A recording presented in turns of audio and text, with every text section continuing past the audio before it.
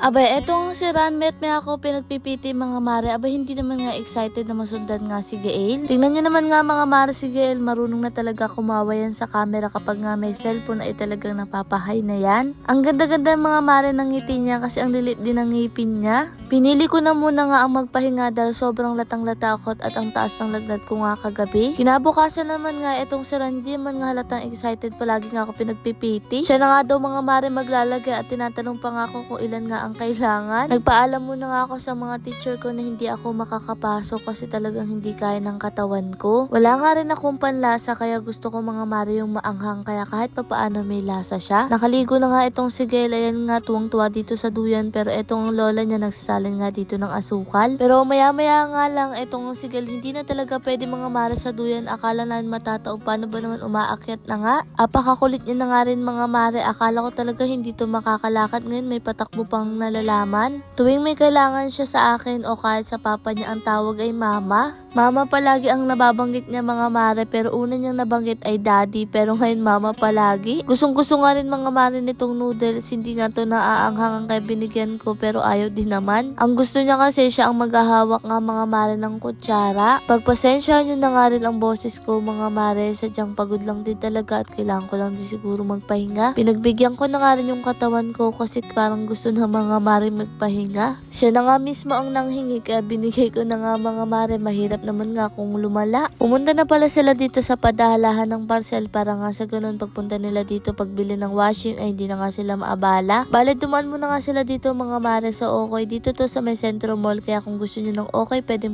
kayo dito. Pagkatapos nun mga mare, bibili pala tayo ng washing dahil ng washing natin ay talagang sira na. Diba nung una mga mare nasira na yun, pinagawa nga namin ay nasira ulit. Sabi namin bibili na nga kami ng mas malaki na nga dahil nga syempre kapag mas malaki ay mas marami nga tayong malalabahan. Deserve naman nga natin to mga mare lalo't gamit nga to sa bahay. Okay na rin naman nga na ginagastos yung pera sa bahay mga mare kaysa naman nga sa pagkain lang palagi. Kumbaga may nakikita ba. Si mama kasi ang linyahan niya mga mare noon, alam nyo ba kahit 100 lang o 50 may nagbigay na ibang tao sa kanya, ang gagawin niya hindi niya ibibili ng pagkain yun o merienda, pwede naman nga tinapay pero ang gagawin niya bibili ng baso, plato, kutsara. Ang katuwiran niya kasi kahit mga mare paunti-unti makakaipon ka nga ng gamit. Mas maganda na nga daw yun, nakikita mo nga pinaghirapan mo mga mare, kumbaga kapag bigay may remembrance. Tulad nga nitong washing, magagamit nga natin to talaga sa pangunahing pangangailangan natin sa paglalaba. Lalo na nga si mama na matigas ang ulo mga mare, pinagsabihan ko na nga yan na huwag maglalaba pero laban ng laba. Naiinip si mama kapag wala siyang ginagawa kaya kung ano-ano mga mare ang kinakatikot, ayan ang isa sa pinag-aawayan namin yung paglalaba niya nga. Syempre bawal na rin siya mga mare mapagod kasi syempre mga mare humihina na rin yung baga niya, matanda na siya. Pwede naman yung maglinis-linis lang pero yung paglalaba at lalo na binubuhat niyan mga mare yung malalaking ang kumot. Nag-invest na rin pala tayo mga mare sa water dispenser kasi nga kapag gusto nilang magkape, nag-iinit pa nga sila mga mare. Mas pinadali na nga natin yung buhay nga ng mahihiling magkape. Ako kasi mga mare hindi talaga ako palakaping tao kaya hindi rin talaga ako mga mare mahilig sa mainit. Pero sabi ni mama kahit hindi ka daw mahilig sa kape basta meron nga daw mainit na tubig okay nga yun, lalo na kapag sumasakit yung sikmura mo, yung lalamunan mo, at least may makukuha ka nga daw agad. At eto't sakto nga dito mga mare sa saksakan. Nagtanong-tanong din pala kami mga mare baka makahanap nga kami ng gagawa nga ng tubig nga dito kasi hirap din talaga. Hindi nga nawasa ang ipapakabit natin dito mga mare, maghuhukay nga sila dito tapos ilalagay nga yun sa tangke. Lord, marami pong salamat sa lahat ng blessing syempre sa inyo mga mare, paano ba bukas na lang ulit?